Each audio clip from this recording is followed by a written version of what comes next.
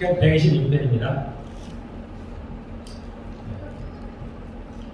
구약성경 898페이지 시편 126편 제가 읽겠습니다. 여호와께서 시온의 포로를 돌려보내실 때 우리는 꿈꾸는 것 같았도다. 그때 우리 입에는 웃음이 가득하고 우리 혀에는 찬양이 찼었도다. 그때 문나라 가운데에서 말하기를 여호와께서 그들을 위하여 큰 일을 행하셨다 하였도다. 여호와께서 우리를 위하여 큰 일을 행하셨으니 우리는 기쁘도다. 4절 여호와여 우리의 포로를 남방 시내들같이 돌려보내소서. 눈물을 흘리며 씨를 뿌리는 자는 기쁨으로 거두리로다. 울며 씨를 뿌리러 나가는 자는 반드시 기쁨으로 그 곡식단을 가지고 돌아오리로다. 아멘. 눈물을 흘리며 씨를 뿌리는 자는 기쁨으로 거두리로다. 이라는 제목으로 저희가 말씀 나누도록 하겠습니다.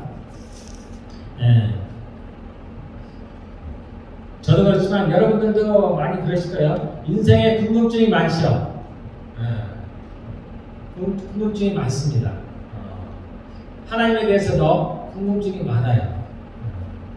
하나님은 우리가 알기로 전능하신데 전지전능하시죠. 모르시는 게 없습니다. 못하실 일이 아무것도 없습니다. 그럼에도 불구하고 나의 인생을 통해서 보면은 불만스러운 게 많아요. 궁금한 것도 많고 왜 이런 일들을 행하시지 않으실까? 왜 이렇게 좀 하시면 좋을 텐데 특히 병들분들에게는 하나님이 고치는 게 쉬우신데 우리가 그런 간증들 많이 보죠. 기도 가운데 남는 간증들 많이 봅니다.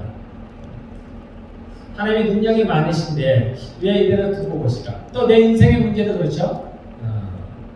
하나님이 해결하시면 쉬울 텐데 아주 가끔 특이한 간증들을 예를 듣습니다. 하늘에서 너무 떨어진대요. 우리가 바라는 거죠. 하늘에서 좀 돈이 떨어지면 하나님께서 능히 하실 수 있는 일인데 왜 그러지 않을까? 그런데 가끔 그런 간증을 듣습니다.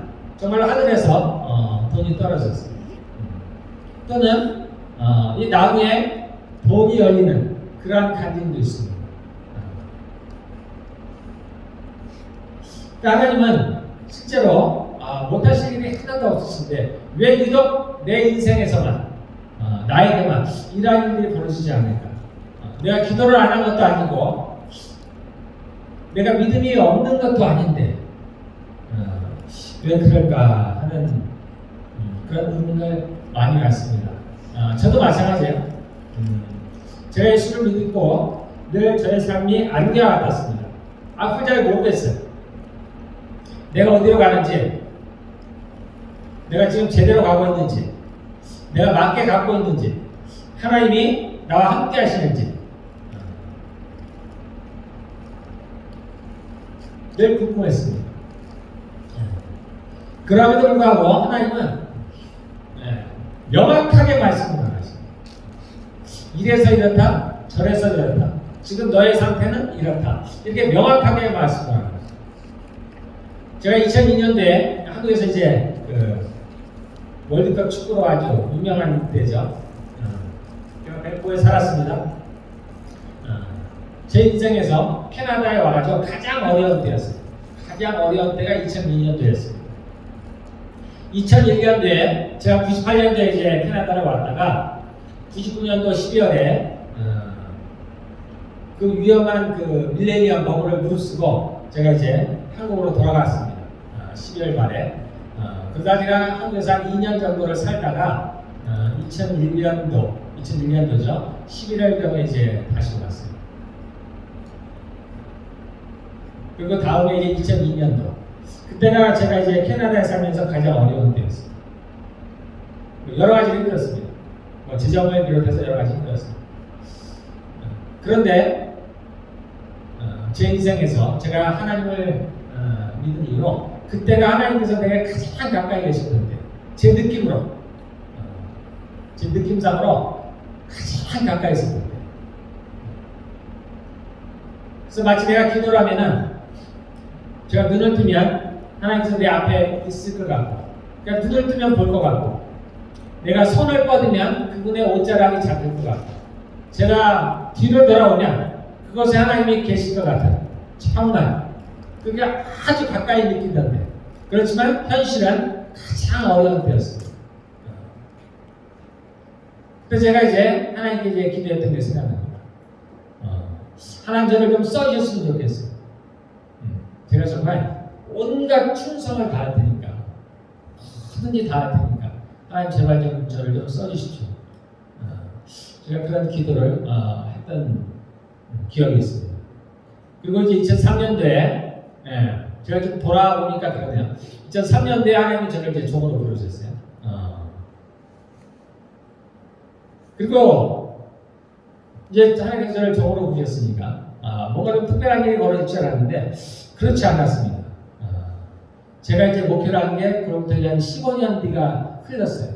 물론 제가 주의 종이라는 것, 주님께서 저를 부르셨다는 걸 제가 잊어본 적은 없습니다.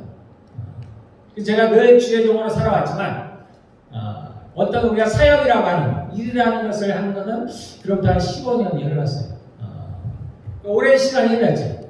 저는 뭔가 특별한 일이 막 벌어질지 않았어요. 그런데 그렇지가 않았습니다. 그러니까 우리는 잘 모르는데 우리는 이 영의 세계에 대해서 잘 모르죠. 그런데 거기에도 그러한 법칙이 있다고 해요. 그래서 우리가 씨를 뿌리면 바로 나는 게 아니죠. 시간이 필요합니다. 그래서 봄에 씨를 뿌리면은 가을에 이제 우리가 열매를 거두게 됩니다.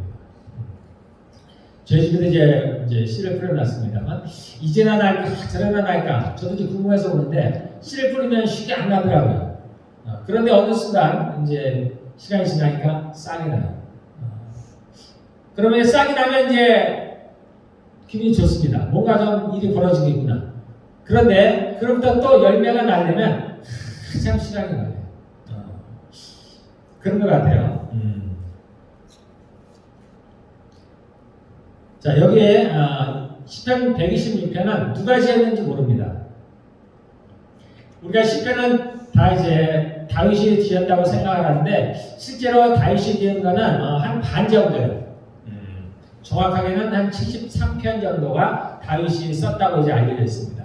그 외에 이제 이 시를 쓴 사람들이 여러 명이 있어요. 알려진 바로는 대략 7명 정도가 시편을 쓴 사람으로 알려져 있습니다. 솔로몬도 2편을 썼어요. 아삽이라는 사람, 찬양을 하는 사람인데 이 사람도 12편을 썼습니다. 그리고 모세도 한 편을 썼어요. 그리고 이제 작자가 확실하지 않은 게 한 50여 편이 됩니다. 여기도 이제 그 중에 하나요. 누군지는 알지 못해요. 누가 이 글을 썼는지는 알지 못하지만 내용을 보니까 시온의 포로를 돌리실 때입니다. 시온이라는 건 이스라엘을 얘기합니다. 예루살렘이 상위에 있어요. 그래서 우리가 상위에 있는 동네가 숨기지 못해야 할 때 그 산입니다. 다윗이 이제 그 왕이 돼서 그때 비로소 그때는 그 전까지는 예루살렘이 이스라엘이 아직 정복하지 못했어요. 그러니까 이방 민족이 아직은 살고 있었던 때요.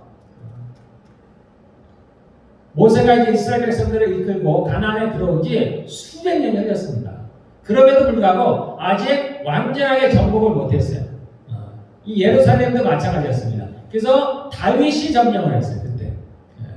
그때 기브온이라는 족속이 거기를 점령하고 있었어요. 상위에 있었어요. 그래서 그들이 거기가 견고한 성과 같기 때문에 쉽게 점령이 안 됐는데 다윗이 이제 왕이 돼서 예루살렘으로 오면서 이제 그 예루살렘을 점령하게 돼요. 그래서 이제 예루살렘이 있는 성이 시온산입니다.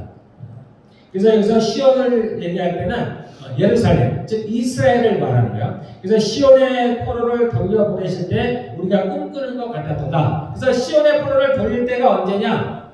바벨론에서 돌아옵니다. 지금 바벨론에서 하나님께서 이스라엘 백성들을 다시 이스라엘 땅으로 돌려보내는 그러한 장면을 지금 얘기를 하고 있는 거예요. 그래서 여호와께서 시온의 포로를 돌려보내실 때 우리는 꿈꾸는 것 같았다. 이스라엘 백성이 이 바벨론에서 몇 년을 있었냐면 70년 있었어요. 그리고 70년이 차서 이제 고레스라는 왕이 이스라엘 백성들을 다시 돌려보내게 됩니다. 이스라엘 백성들은 바벨론에 사는 동안에 굉장히 힘든 삶을 살았어요. 이스라엘 백성들이 범죄함을 말미암아 그들이 그 땅에서 쫓겨나서 바벨론으로의 포로가 됐지만 그 중에는 여전히 하나님을 잘 섬기는 사람들이 있었습니다. 하나님을 사랑했던 사람들이 많이 있어요. 우리가 아는 대로 다니엘이가 대표적인 거죠. 그 친구들이 그렇습니다. 그래서 그들의 꿈은 늘 예루살렘으로 돌아가는 거예요. 왜냐하면 예루살렘에 뭐가 있어요? 성전이 있기 때문에. 그들은 늘 하나님에 대한 소망을 갖고 있었어요. 그래서 성전이라고 얘기하면 지금은 우리가 성전입니다. 그래서 하나님은 우리 안에 계시죠. 그런데 그때만 해도 그렇지가 않았어요. 하나님이 어디에 계시냐면 성전에 계셨습니다. 그래서 이스라엘 백성들은 늘 그러한 꿈을 갖고 있었어요. 그 성전에 돌아가고픈, 그 하나님께 다시 한번 예배를 드리고픈 그러한 간절한 소망이 있었습니다. 그래서 신실했던, 하나님을 사랑했던 그 이스라엘 백성들은 그들이 비록 바벨론에서 포로로 살아갔지만 그들의 꿈은 다시 예루살렘으로 돌아가는 것입니다. 그래서 그들은 늘 기도를 했습니다. 우리가 아는 대로 다니엘도 마찬가지죠. 그도 죽음을 무릅쓰고 하루에 3번씩 그 이스라엘, 예루살렘을 향해서 기도를 했다고 했습니다. 그들의 소망이에요. 그 중에 어떤 사람은 이 예레미야의 예언을 아는 사람도 있을 테고 아마 대부분은 몰랐겠죠. 그래서 언제 돌아갈지 모르지만 그들은 늘 하나님께 기도를 했어요. 그야말로 하나뿐이 없는 전능하신 하나님을 믿는 그 하나님에 의해서 선택을 받은 민족이었지만 그들은 그 바벨론에서 굉장히 비참한 삶을 살았습니다. 그런 가운데도 그들은 끊임없이 하나님께 기도를 드렸어요. 그리고 그들뿐만이 아니라 그들의 자손들에게도 여전히 계속해서 그 얘기를 전해줬습니다. 그 이스라엘과 하나님의 성전과 하나님에 대한 이야기들을 그 자녀들에게도 전해줬어요. 그래서 그들에게는 늘 소망을 갖고 있었습니다. 그런데 이게 짧은 시간이 아니었어요. 70년이라는 세월이 있었습니다. 2세대가 흘렀어요. 이미 포로가 돼서 바벨론에 살고 있던 사람들은 그곳에서 생을 마감하고 그럼에도 불구하고 대를 이어서 여전히 그들은 이스라엘 땅으로 돌아가길 하나님께 간절히 기도했습니다. 우리가 아는 대로 이 다니엘도 그 대표적인 사람입니다. 그런데 다니엘이 기도한 것은 70년이 거의 맞춰가게 되었어요. 그 똑똑한 다니엘도 이 예언의 말씀을 깨닫지 못했습니다. 예레미야 25장에 보면은 그 말씀이 나와 있어요. 70년이 지나서 하나님께서 이스라엘 백성들을 돌이키실 것이다 라는 예언의 말씀이 있어요. 그래서 다니엘이 이제 예레미야서를 보다 보니까 이 예언의 말씀을 깨닫게 됐어요. 거의 70년이 흘러서. 다니엘은 바벨론의 첫 번째 포로로 갈 때 끌려갔던 사람이었어요. 그때는 소년이었습니다. 그리고 70년이 흘렀어요. 그러니까 다니엘이 80세 이상이 됐겠죠. 거의 한 85세 정도가 되었을 거예요. 다니엘은 거의 90세까지 살았습니다. 그때서야 다니엘이 비로소 그 예레미야의 예언의 말씀을 읽게 되었어요. 그리고 그것을 가지고 하나님께 이제 기도하는 그런 장면을 우리가 다니엘을 통해서 봅니다. 그런데 다니엘은 그래도 자기가 기도하는 가운데 응답을 받았어요. 21일을 기도하는 가운데 가브리엘 천사가 찾아왔죠. 그래서 하나님께 응답을 받았습니다. 그렇지만 대부분의 사람들은 그 바벨론에 살았던 대부분의 사람들 신실했던 하나님을 사랑했던 그 사람들은 단지 기도만 올리는 거예요. 하나님께서 어떤 것을 이루시리라고 하셨을 때 우리에게도 마찬가지죠. 어떤 예언의 말씀을 주셨을 때는 그것이 저절로 이루어지는 것이 아닙니다. 씨가 뿌려져요. 그래서 누군가는 수고를 하는 거예요. 누군가는 기도를 해요. 우리가 이 땅에서 많은 부흥들이 있었는데 그 부흥에 대한 간증을 들어오면 늘 기도하는 사람이 있었어요. 때로는 그 사람들은 그 부흥을 보지 못합니다. 때로는 그 시간이 100년도 흘렀어요. 이미 100년, 150년 전에 그 땅에 부흥을 놓고 기도한 사람들이 있었습니다. 그래서 그러한 씨들이 뿌려져서 마침내 때가 차서 열매를 맺게 되는 그러한 장면들이 있습니다. 이 스가랴서에 보면은 이 고레스라는 왕을 통해서 하나님께서 이스라엘 백성을 돌려보내는데, 제가 한번 읽어볼까요? 하나님께서 어떻게 정말 하나님의 섭리 가운데 이러한 것들을 이루시는지.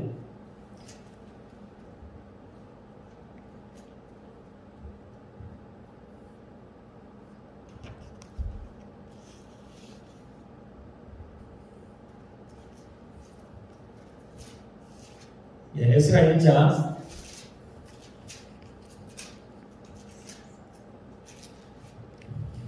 바사왕 고레스, 바사라는 페르시아입니다. 바사왕 고레스 원년의 첫 번째 해에, 그러니까 고레스가 바사의 왕이 되고 첫 번째 해에 여호와께서 예레미야의 입을 통하여 하신 말씀, 예레미야의 입을 통했다는 게 아까 그 말씀입니다. 예레미야 25장에 나온 예언의 말씀이에요.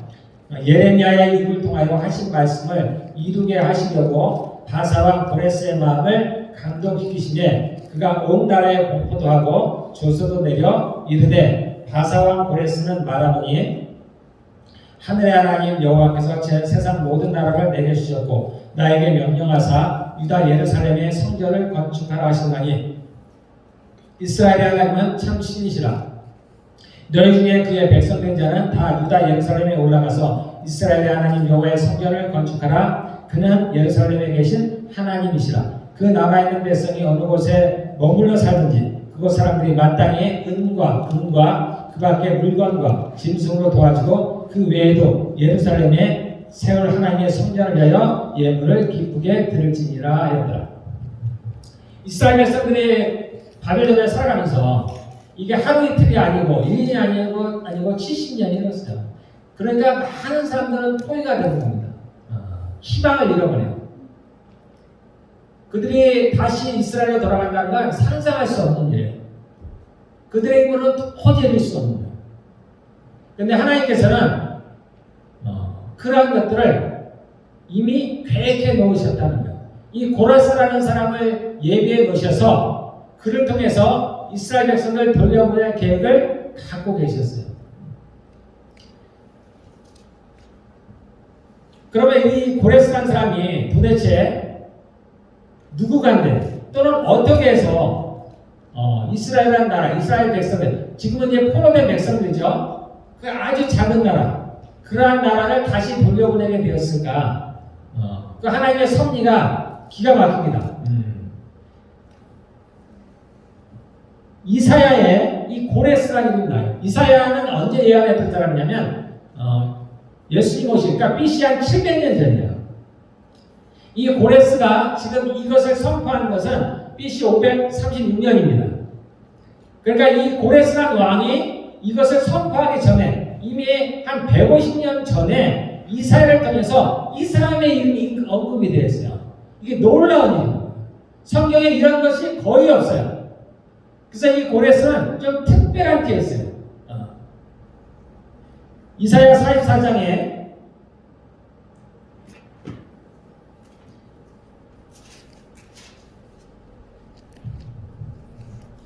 44장에 고레스에 대하여는 이르기를, 이사야가 이 예언서죠. 44장에 예언을 하다가 뜬금없이 고레스 얘기를 하는 거예요. 44장 마지막에 고레스에 대하여는 이르기를, 지금 하나님의 말씀을 대언하는 거죠. 내 목자라, 그가 나의 모든 기쁨을 성취하리라 하며 예루살렘에 대하여 이르기를 중건되리라 하며 성전에 대하여는 너의 기초가 놓여지리라 하는 자니라. 45장에 여호와께서 그의 기름 부음을 받은 고레스에게, 하나님께서 언제 고레스에게 기름을 받았어요? 이때 아직 고레스는 태어나지도 않았죠. 근데 하나님께서 고레스에게 기름 부었다는 얘기입니다. 기름을 부었다는 얘기는 하나님께서 임명하셨다는 얘기예요. 그를. 그러니까 그가 태어나기 전에, 이미 그가 태어나기 100여 년 전에 이미 하나님께서는 고레스를 임명하셨다는 거예요. 기름을 부었다는 거예요. 이때를 위해서 예배해 주셨다는 겁니다. 여호와께서 그의 기름 부음을 받은 고레스에게 이같이 말씀하시되 내가 그의 오른손을 붙들고 그 앞에 열국을 항복하게 하며 내가 왕들의 하늘을 풀어 그 앞에 문들을 열고 성문들이 닫히지 못하게 하리라. 하나님께서 실제로 이 고레스 왕을 통해서 그 고레스가 이제 페르시아의 왕이죠. 그 당시에 그 중동 지역을 정복을 했습니다. 그 전에는 바벨론입니다. 그래서 바벨론을 무너뜨리고 이 고레스가 이제 바사 왕을 세우는 겁니다. 바사 제국을 하나님이 세우셨다는 거예요. 하나님이 도우셨다는 겁니다. 고레스의 힘이 아니라 하나님이 이 일을 예비해 두셨다는 거예요. 내가 너보다 이게 아주 유명한 구절이죠. 내가 너보다 앞서가서 험한 것을 평탄하게 하며 농물을 쳐서 부수며 쇠빗장을 꺾고 내게 흑암 중의 보화와 은밀한 곳에 숨은 재물을 주어 내 이름을 부르는 자가 나 여호와 이스라엘의 하나님인지를 내가 알리라. 그래서 역사적으로 보면은 이 고레스가 적을 섬멸할 때 바벨론을 멸망시킬 때 피를 흘리지 않았다는 거예요. 쉽게 얻었다는 거예요. 쉽게 정복을 했다는 거예요. 하나님께서 그 일을 이루셨다는 겁니다. 여기 나온 대로 내가 앞서가서 하나님께서 앞서가서 험한 것을 평탄하게 했다는 거예요. 이미 준비를 해 놓으셨다는 겁니다. 농문을 쳐서 부수고 성의 문들을 쳐서 부수고 하나님께서 이미 앞서가서 했다는 겁니다. 쇠빗장을 꺾고 그 문에 쇠빗장을 꺾고 주께서 이미 다 예비해 놓으셨다는 거예요. 그래서 고레스가 쉽게 바벨론을 무너뜨릴 수 있게 되었다는 겁니다.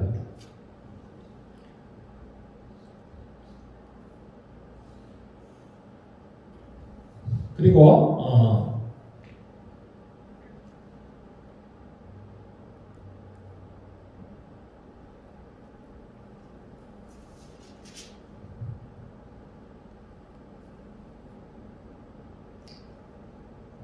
여기 몇 절 나오는데 제가 지금 잠깐 안 보이는데 여기서 이제 이스라엘을 돌이킨다는 그런 얘기가 나옵니다.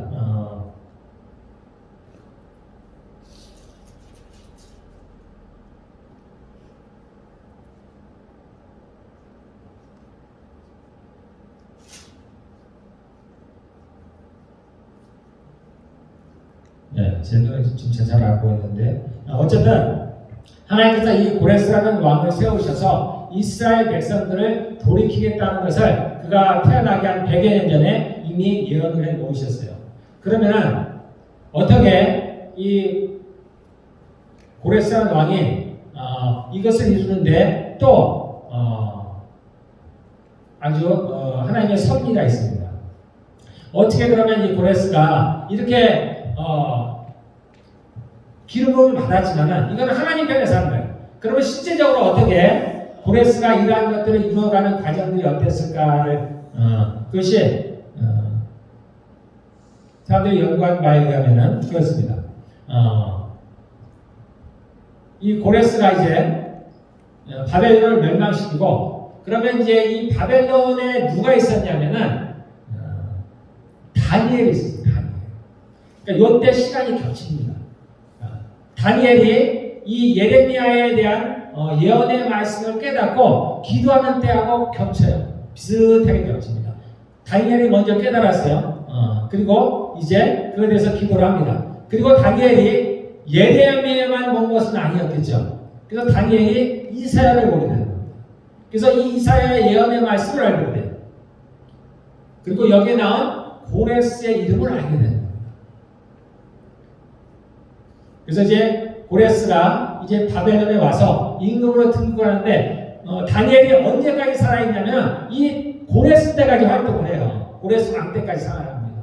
이미 다니엘은 이때 고위 관료죠. 그 시대에 유명했습니다. 이 다니엘이 이 고레스에게 성경을 보여줍니다. 그가 태어나기도 전에 이미 100여 년 전에 지금 그가 바벨론을 무너뜨리기 150년 전에 이미 이사야에 예언된 이 예언의 말씀을 고레스에게 알려준 거예요. 그러니까 고레스의 입장에서는 어떻게 했습니까? 깜짝 놀라죠. 놀랍게 됩니다. 그래서 그가 비록 유대 민족은 아니지만은 하나님을 알지 못하는지만은 물론 성령께서 감동도 주셨겠죠. 그래서 이 예언의 말씀이 믿어지게 됩니다. 그러면서 이스라엘 하나님이 진짜 참 하나님입니다. 그리고 전해진 바에 의하면 이 고레스 왕은 포악한 왕이 아닙니다. 아주 인자한 왕이에요.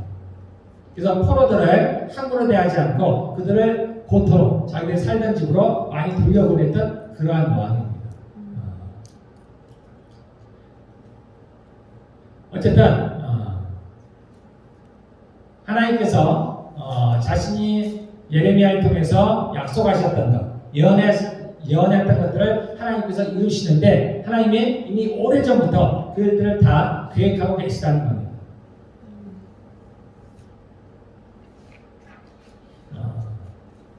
우리의 인생도 마찬가지죠.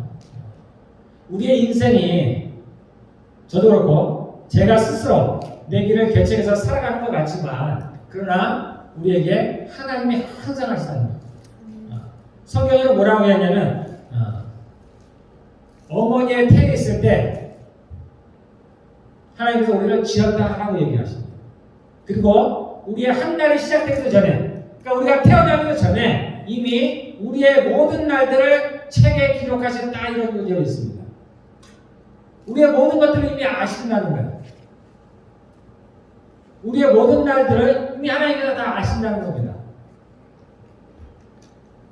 그래서 하나님께서는 우리는 전혀 그 하나님이 느끼지 않지만 보이지도 않지만 하나님께서 평생을 우리와 함께 하셨다는 겁니다. 저는 이제 24세 예수를 처음 믿었지만 그 성경에 의하면 이미 하나님께서는 그 전에 이미 저를 아시고 이미 복중에서 저를 지으시고 내가 태어나기도 전에 이미 나의 모든 날들을 알고 기록해 놓으셨다는 거예요.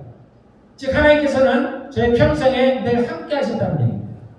그 얘기는 제가 죽는 그 순간까지 하나님께서 늘 함께 하신다는 거예요. 우리가 성경을 통해서 여러분들이 성경을 따보면 하나님께서 하시는 말씀 중에서 가장 많이 하시는 말씀이 있어요. 두려워 말라.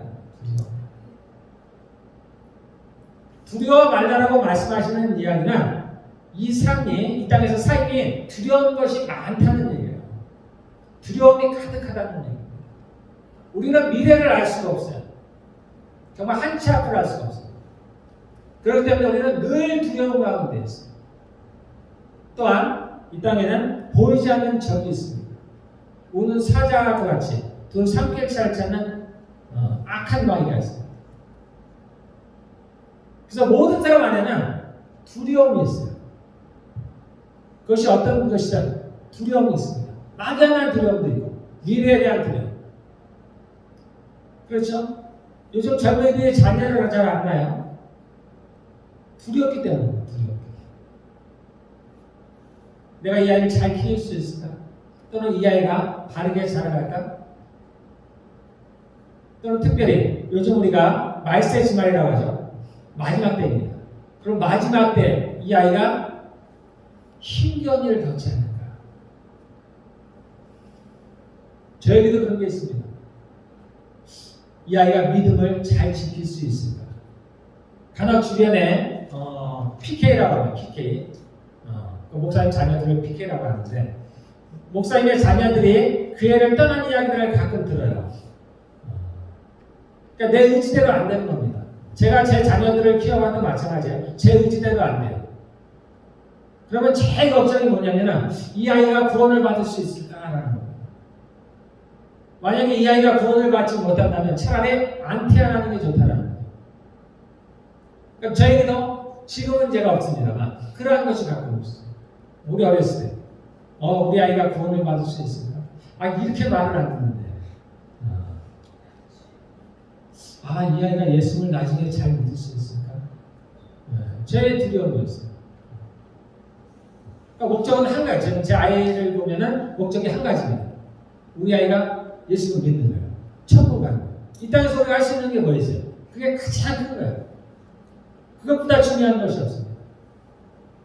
그것이 되니까 제가 믿음이 있다고 어느 날 믿어지니까 그 다음부터는 제가 걱정이 없더라고요.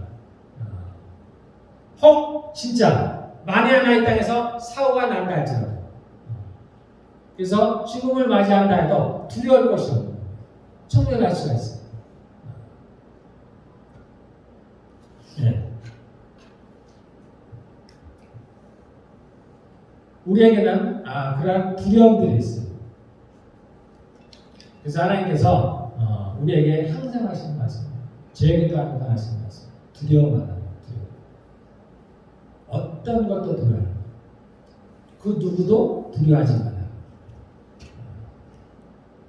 왜냐하면 그분은 전능하신 하나님입니다. 힘으로는 그를 이길 자가 없습니다. 그 앞에 설 자가 없고 그를 거스려 살아날 자가 없습니다. 그래서 현재이든지 장래이든지 천사라든지 어떤 권세자들이든지 어떤 능력이라든지 높음이든 깊음이든 이 세상에 그 어떤 피조물이라도 우리 하나님의 사랑에서 끊을 자가 없다고 말씀합니다. 여러분들이 예수를 믿고 구원을 받았습니까? 그러면 두려워할 것이 없어요. 우리가 전에 가나안의 7 족속에 대해서 한번 얘기한 적이 있습니다. 그것이 우리 안에 있는 죄라고 말씀을 드렸습니다. 우리 안에 그런 두려움들이 있습니다. 그래서 나에게 두려움이 있으면 당연한 것이다 라고 받아들이지 마시고, 두려움은 하나님께로부터 온 것입니다. 그래서 우리가 가나안의 7 족속을 물리쳤듯이 그런 것들을 물리쳐야 됩니다. 그 어떤 것도, 그 어떤 두려움도 하나님께로부터 오지 않습니다. 우리가 두려워할 것은 딱 하나뿐이 없어요. 하나님만 두려워합니다. 그 하나님만 두려워합니다. 그 외에는 두려워할 것이 아무도 없습니다.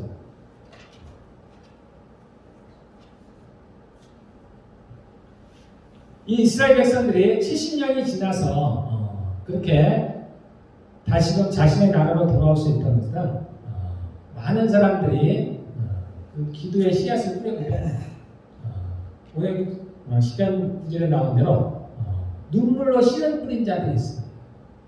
그로 말미암아서 거두는 자들이 있어요.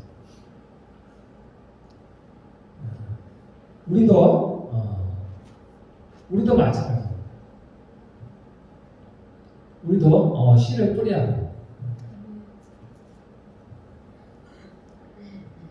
성경은 이제 하나님 나라에서 뭐라고 이제 비유를 드냐면 겨자씨가 같다. 겨자씨가 눈에 보이지 않게 작은 건데 그것이 심고 자라면은 아주 크게 자란다는 거예요. 그래서 씨를 뿌리면은 그냥 그 씨만큼만 우리가 거두는 게 아니고 30배, 60배 또는 100배 열매를 얻는다. 그러니까 하나님의 나라는 그렇다는 거예요.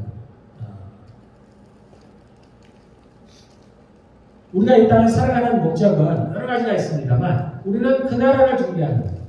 이 땅은 나그네와 같습니다. 영원히 살아가는 게 아니에요. 그래서 이 땅에서 그냥 세상 사람들과 같이 이렇게 살아가다가 어느 날 우연히 내가 죽음을 맞이해서 그 하나님 나라에 가는 것이 이것이 아니에요. 우리는 그 나라를 준비하면서 살아가는 거예요.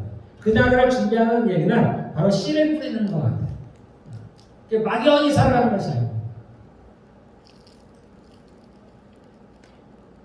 우리는 천국 예획대로 다 똑같을 거라고 생각해요. 그곳에는 아픔도 없고 고통도 없고 고난도 없고 질병도 없고 모두가 똑같을 거라고 생각합니다.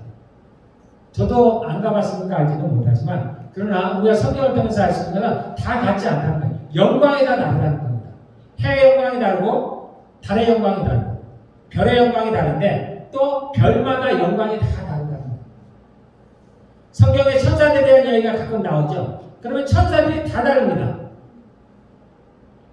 작은 천사도 있고 힘이 약한 천사도 있고 힘이 센 천사도 있고 능력이 많은 천사도 있고 다 다릅니다. 저는 우리의 삶도 다를 것이라고 생각해요.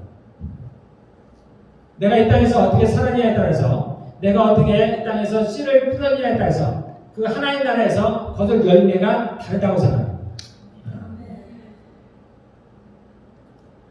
우리는 이 땅에서 씨를 뿌려야 돼요. 그래서 우리가 하나님 나라에 갈 때 정말 빈손으로 가지 않고 많은 열매를 안고 그렇게 가기를 바라겠습니다. 계시록을 보면은 우리 성도들의 기도가 나오는데, 그런데 우리는 기도하면 사라질 것 같은데 그 기도가 사라지지 않아요. 계시록을 보면 그 천사들이 그 기도를 받아서 대접해 받죠. 그래서 마치 향이 올라가듯이 그것을 하나님께로 가져가는 겁니다. 그래서 우리가 어떤 일들이 이루어지는 것을 볼 때 기도가 쌓여야 된다는 얘기를 많이 합니다. 씨를 뿌려야 돼요. 여러분들이 이제 예수님을 믿고 시간이 이제 많이 흘렀죠.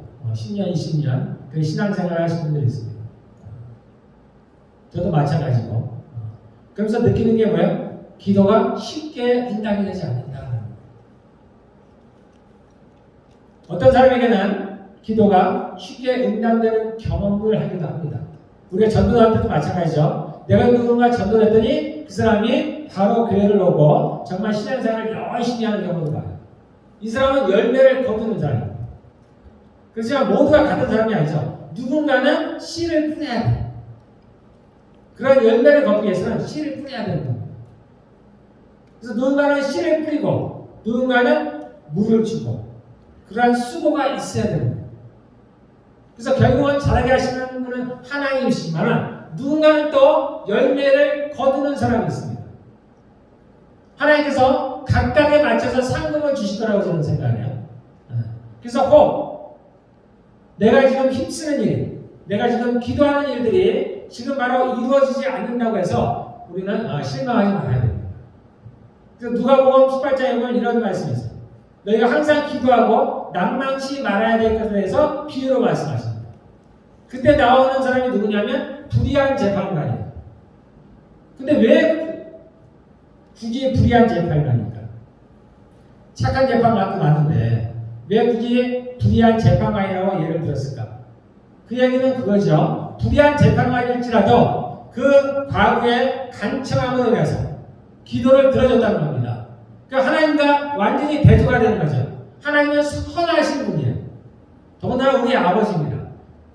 이 불의한 재판관도 기도를 들어줬는데 하물며 하나님께서 듣지 않겠느냐는 거예요. 기도하고 낙심하지 말라는 거예요.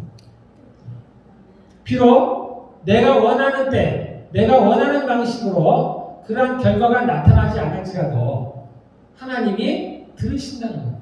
그리고 하나님이 응답하신다는 거예요. 네. 우리는 하나님을 정말 믿어야 됩니다. 그분이 살아있으면 돼요. 그분만 계시면 돼요. 우리가 절망 가운데 있을 때 또는 힘든 가운데 있을 때 그분만 계시면 돼요. 그런데 그분은 살아계신, 그분은 살아계신 하나님이십니다. 그분은 전능하신 하나님이십니다. 그분이 우리를 허투루 두지 않습니다. 모른 채 두지 않습니다. 이 땅에 그냥 구원을 시켜놓고 알아서 살아서 천국까지 잘 와라 이렇게 하시는 분이 결코 아니에요. 그분은 우리를 지키십니다. 왜냐하면 이 땅에서의 싸움이 리얼이기 때문에 리얼. 진짜이기 때문에 우리가 감당할 수 없는 싸움입니다. 우리가 겪을 수 없는 것들이 많습니다. 그래서 하나님께서 우리와 함께 하십니다. 그리고 그분이 실제 우리를 도우시고 있습니다. 주께서 말씀하실 때 첫 번째 하시는 것은 늘 두려워만 합니다. 두 번째 하시는 말씀은 내가 너와 함께 있다. 하나님은 우리가 함께 하십니다. 내가 세상 끝날까지 너희와 함께 하리라. 성경에도 이러한 씨를 뿌리고 열매를 맺는 사람들이 있어요. 그 사도행전에 보면 고넬료라는 사람이 나옵니다. 그 사람은 유대인이 아니었지만 그가 평소에 선한 행위를 많이 했습니다. 이스라엘 사람들에게 선한 행위를 많이 했어요. 경건했던 사람입니다. 그는 유대인이 아니었지만 그는 하나님께 늘 기도했던 사람이에요. 그러니까 때가 가서 하나님께서 베드로를 보냅니다. 그래서 그가 유대인은 아니었지만 그가 그에게 성령이 그래서 이방인 가운데 첫 번째로 이게 성령입니다. 그도 살면서 그런 씨를 뿌려놓는 거예요. 이 마태복음은 거기서 마태복음에서 보면은 복음서에 보면 가장 믿음 있는 사람이라고 나오는 사람이 유대인이 아니에요. 이방인 백부장입니다. 그도 평소에 선한 일을 많이 했던 사람, 하나님을 경외했던 사람. 안 보는 것 같지만 하나님께서 안 들으시는 것 같지만 그 모든 것을 알고 계시다는 거예요. 하나님은 정확하신 하나님. 정말 정확하신 하나님이죠.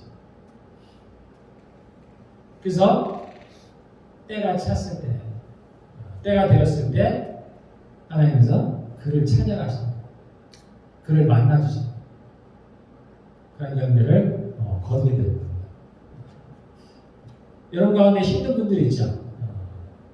힘든 삶을 살아왔습니다. 그러나 이것이 마지막이 아닙니다. 비록 내가 이 땅에 사는 동안에 정말 내가 원하는 것을 얻지 못할지라도 그리 아니하실지라도 그것이 끝이 아닙니다. 그것이 전부가 아닙니다. 우리에게는 영원한 삶이 있습니다. 하나님의 나라에서 우리는 그걸 보고 가는 겁니다. 그래서 우리가 사랑으로 우겨싸임을 당하지만은 쌓이지 않습니다. 그리고 답답한 일을 많이 겪지만 절망하지 않는다. 여러분이 겪고 있는 그러한 고난과 그러한 답답함이 여러분 혼자만의 것이 결코 아닙니다. 어쩌면 이 땅에 사는 모든 사람들이 각각의 우리가 개개인의 간증을 들어보면 정말로 이러한 어려움이 없죠. 다 한 사람 한 사람의 삶이 드라마와 같습니다. 그런 고통이 없어요. 그런데 모두가 이러한 간증들을 갖고 있어요. 정도는 다를지 모르지만 상황은 다를지 모르지만 모두가 그러한 힘든 고난의 시간들을 겪고 있습니다. 겪어왔어요. 그래서 눈물로 씨를 뿌린다는 얘기는 어려운 거예요. 우리가 기쁘는데 눈물을 흘리는 게 아니죠. 내가 즐거운데 눈물을 흘리는 게 아니에요. 그래서 눈물로 씨를 뿌린다는 것은 정말 힘든 가운데서 살아간다는 겁니다. 정말 고난 가운데서도 내가 포기하지 아니하고 내가 하나님께 정말 믿음의 씨를 끝까지 포기하지 않고 주님을 믿는 내가 포기하지 않고 끝까지 기도하는 거예요. 정말 하나님께서 됐다 하시기 전까지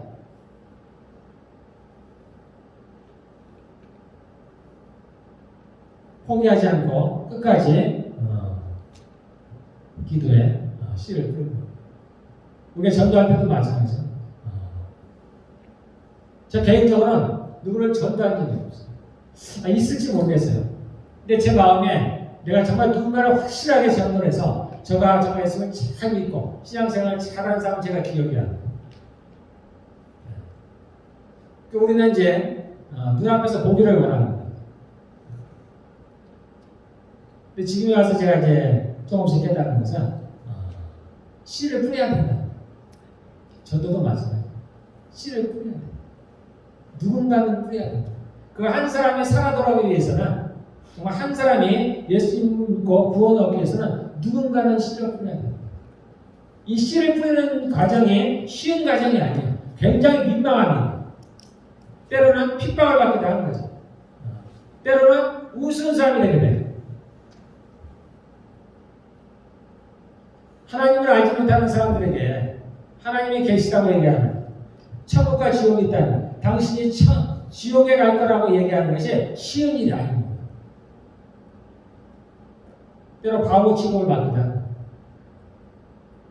그러한 가운데서 그럼에도 불구하고 씨를 뿌리는 그러니까 농부가 씨를 뿌리는 마음으로 그렇게 복음을 전합니다. 그래서 언제 돌아올지는 알 수가 없습니다. 그가 듣든지 아니 듣든지 그 성경은 그렇게 얘기합니다. 듣든지 아니 듣든지 때를 얻든지 못하든지 복음을 전파하라. 그때는 우리가 알 수 없다는 거예요. 그런데 우리는 늘 우리가 그것을 정하려고 해요. 우리 생각에 저분은 지금은 때가 안 된 것 같아요. 저분에게 복음을 전하면 아마 역효과가 날 것 같아요. 나에게 좋은 소리가 안 나올 거라는 얘기죠. 나를 정상적으로 대하지 않는 거라는 얘기. 그러한 핑계로 우리가 그러한 것들을 많이 사용합니다. 아직은 때가 아닙니다. 근데 성경은 뭐라고 얘기하냐면 때를 어떤지 못하든지. 예수님께서 복음을 전할 때도 마찬가지죠. 남대없이 베드로를 불러서 내가 너를 사람을 낚는 어부로 만드냐. 우리는 이것을 너무나 자주 듣고 또 성경에서 보니까 당연하게 들리지만 이상하잖아요. 갑자기 그 배일을 잘하는 사람한테 따라오라고 얘기하는. 그러니까 자기 아버지와 그분을 다 불러두고 배를 불러도 예수님을 쫓았다. 우리는 결과를 보니까 이게 성공한 결과를 보니까 이게 당연스럽게 느껴지지만 그렇지 않았다면 굉장히 이상한 사람이죠. 미친 사람인 거예요. 자기가 누구라고 나를 따라오라. 나의 인생을 어떻게 책임지겠다.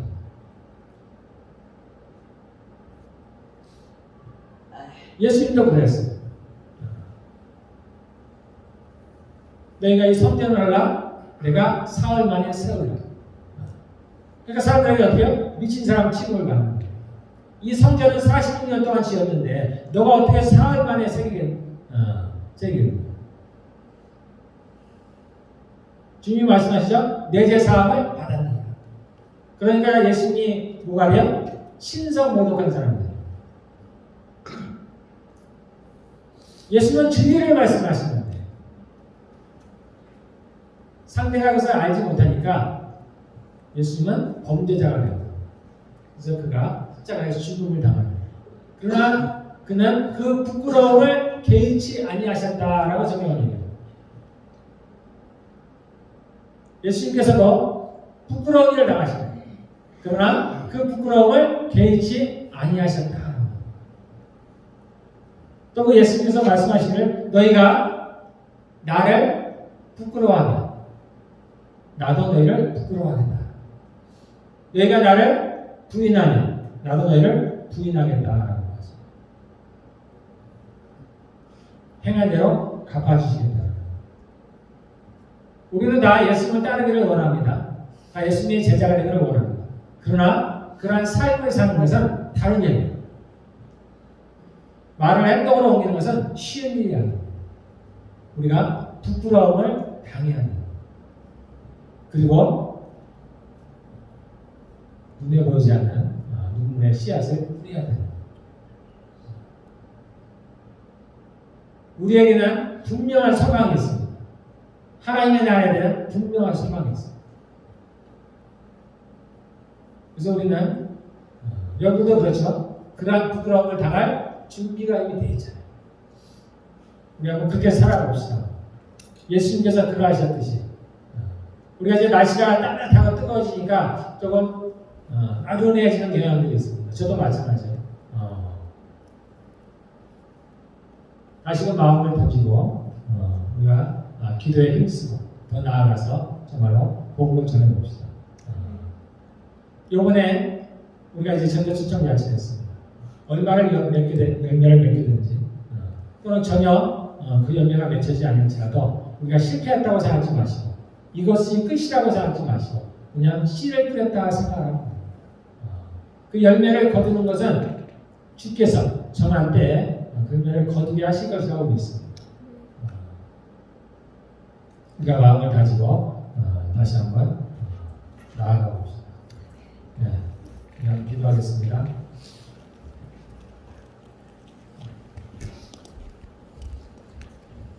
우리의 소망은 이 땅이 아니네요. 우리가 이 땅에서 행복을 찾지만 행복은 이 땅에 없습니다.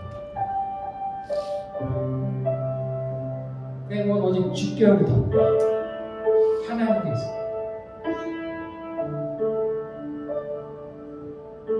뭔 것 같지만 뭔지 아닙니다. 우리가 지난 세월을 돌아보면 이제 곧 하나님을 뵐 날이 얼마 안 남았습니다.